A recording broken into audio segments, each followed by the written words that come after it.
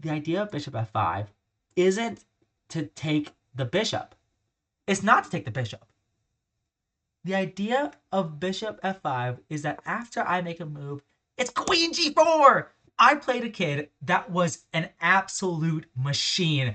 I have never seen something like this before. This is round 5 of the Newcomb Memorial Tournament here in Dulles, Virginia. I don't know why I'm saying here. I'm back in Pennsylvania, back at my apartment, but the tournament itself was in Virginia. I just got back, and I'm excited to share this game with you. And I'm playing a lower rated opponent. But he's a young little 8-year-old kid or whatever his age is. He's super young, but man, he did mop the floor with me in this game.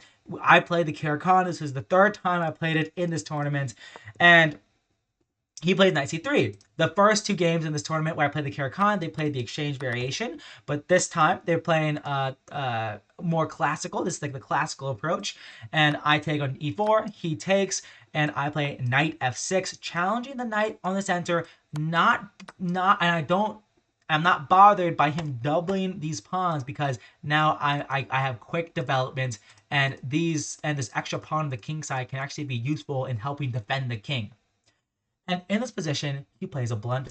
He blunders. He plays bishop d3, giving up the d4 pawn. And this is just straight up a pawn. Like, this is a pawn. Like if you get a chessable course on the Karakan, and they might have a note about bishop d3 in this position, and be like, yeah, this is a blunder. That's just a free pawn. But my opponent did this on purpose. I did not know this on the game. I just thought he was just a kid moving super fast. But the idea is that white is developed super fast. Like, if you look at here, like, white is up 3 tempos. Their knight, their bishop, and their castle. The idea is that for the cost of 1 pawn, white has a bunch of development and has the initiative and will be attacking black. That's the idea. Not only that, but black's extra pawn is a doubled pawn, so it's kind of hard to make use of it. Yeah, it's actually a really interesting idea. And I do end up getting castled, but this bishop on e7 isn't very good. And here, I think what I should do is play rook e8, I think. Although it's not super clear. I don't even know the correct way to play this, because I feel like I made all the natural moves, but all my pieces were on weird squares. Like, maybe I can even play queen c7. Like, after bishop e3, maybe I can play queen c7 just so I can play bishop d6. Like, maybe this is an idea. Maybe I can even play a c5, and so I can play knight c6. That's another idea too. But instead, I just thought my opponent blundered a pawn. So I'm like, okay, I'm just playing quickly. I play bishop e6, and then he plays knight d4. And I realized, like, oh my god, like, wait a second, this isn't good. Like, this isn't good. And I think for 25 minutes here. I think for 25 minutes on move 11. And because I couldn't figure out what to do. Like, legitimately, my original idea was that, okay, I don't care if he goes knight d4, because I can go knight d7, and if he takes, I can take like this, and I'm doing totally fine here. But no. After knight d7, and let's say if I take here, well, first I can't take with the queen because of bishop c5. And it's SpaghettiOs moment. It is not very good. I could give up the queen for 2 pieces. I guess I could do that. But it's still not good. And if I take with a pawn, then he has this move, bishop c4. And if I move my queen, well, once again, discovered attack on my queen, and this is not looking good. Although in this case, wait, the bishop's hanging. So I guess he couldn't do that. Well, in this case, the knight's hanging, actually. So he actually has to go back like this, or if I don't want to trade queens, I have to go back like this and lose the pawn, and actually I'm losing a piece while I'm at it. And this pawn on f6 is actually like, my king is weakened without this f7 pawn. It's like, it's really weak. And if I do trade queens, we could take this, an in-between move, force my king to move, and then take back. And now I have to move my knight.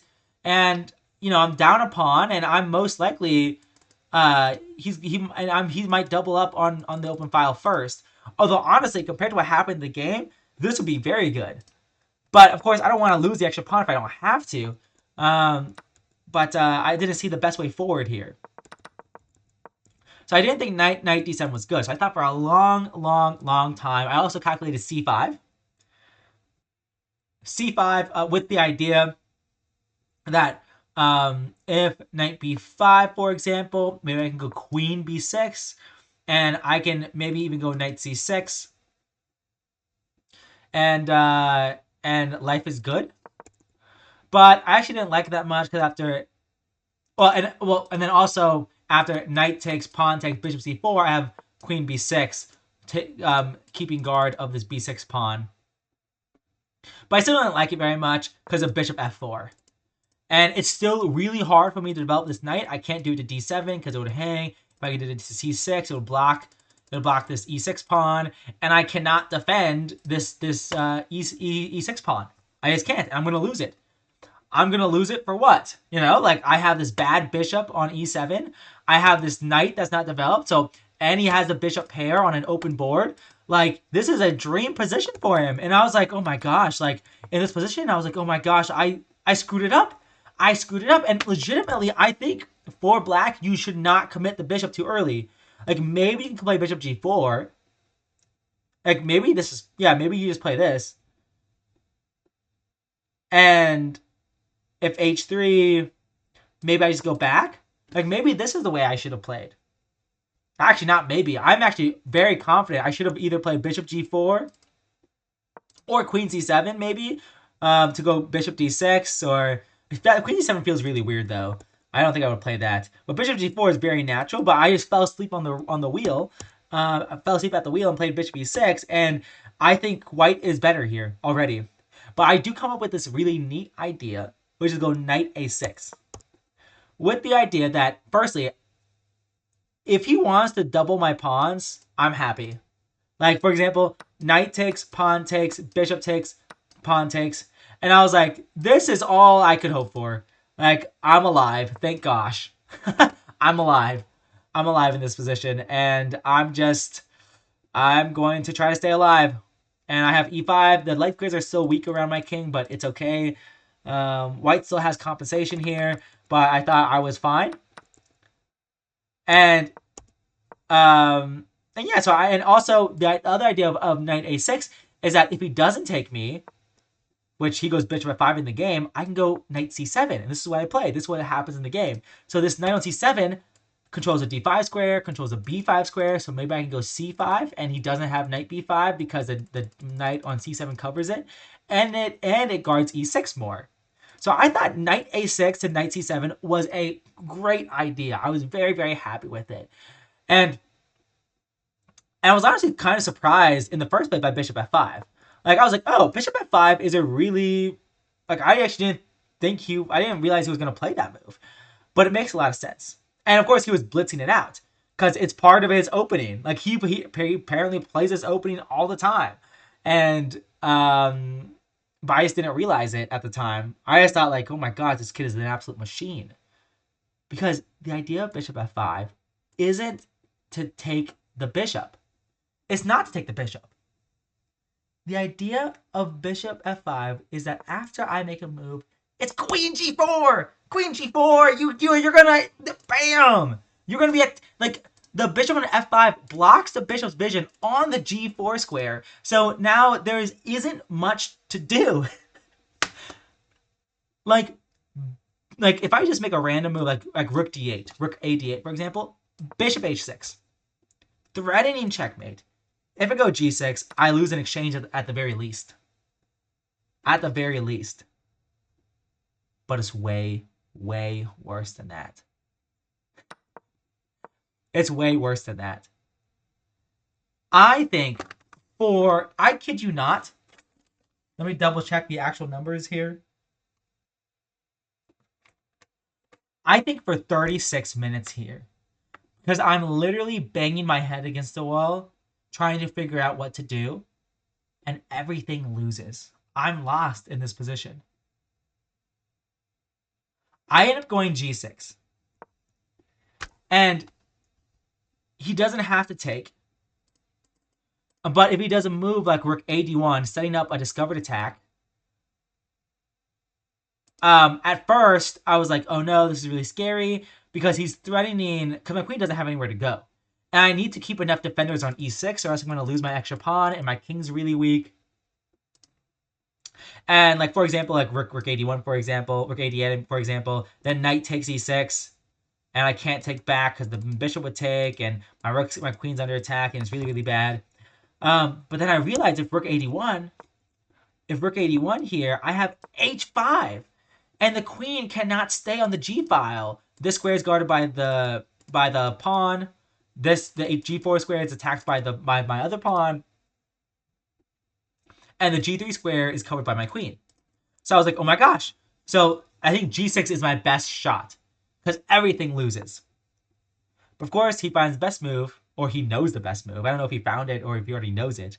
It's bishop h6, which makes a lot of sense. So I don't have the resource h5 anymore. But more importantly, my rook's under attack, and I play rook e8. But honestly, I probably shouldn't even do that. I don't even know what I should be doing in this position, to be honest.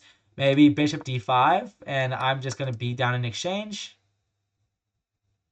Maybe this is the way I have to play. Which honestly, compared to what happened in the game, this looks pretty good, just being down in exchange. Instead, I play rook e8.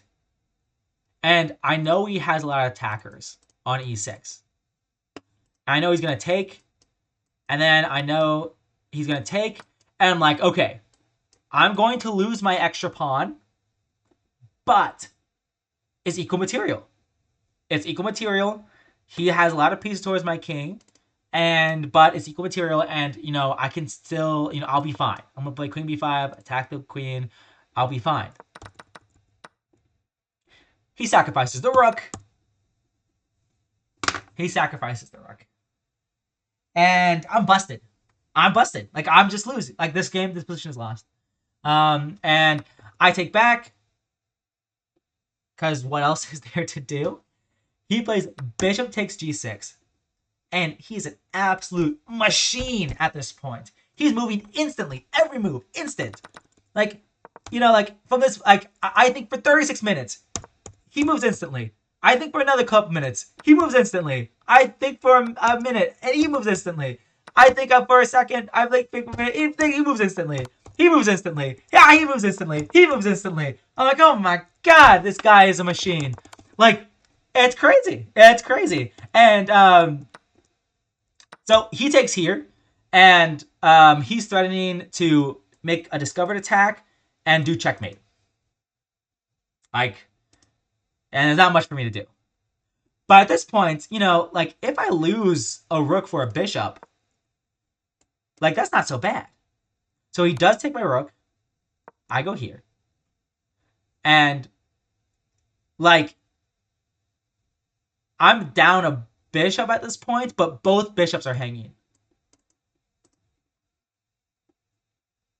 So probably the simple thing to do is to play bishop takes, queen takes, and move your other bishop back. But your bishop is a little bit awkward on h5, but that's one way to win. But my man, my 8-year-old or 7-year-old opponent, he is beelining. He plays rook ad1, and I cannot play queen e7 because of the move rook d7. And I was like, oh my god. Oh my god. And if I take the bishop, he goes check. And if I take, it's mate. And if I don't take, it's gonna be mate. Actually, it's gonna be mate like this. And there's nothing I can do. So I was like, okay. I can't go queen e7. I have nowhere to move my queen. I'm gonna go queen c5.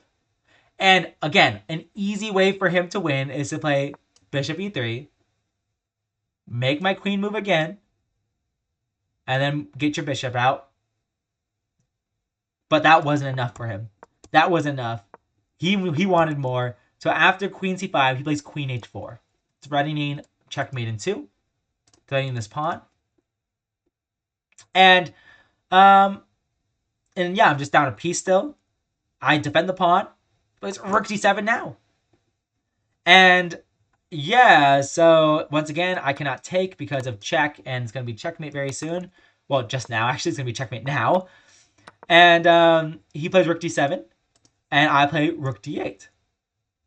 Blundering my queen. I'm not. I'm not blundering my queen. It's actually back being checkmate. So he just takes my bishop instead. And I take his rook. He cannot take my queen still because of back rank mate. He takes my rook. And I take his bishop. And I'm just down a piece. And a pawn. And a pawn. And there's not much to go over in this game.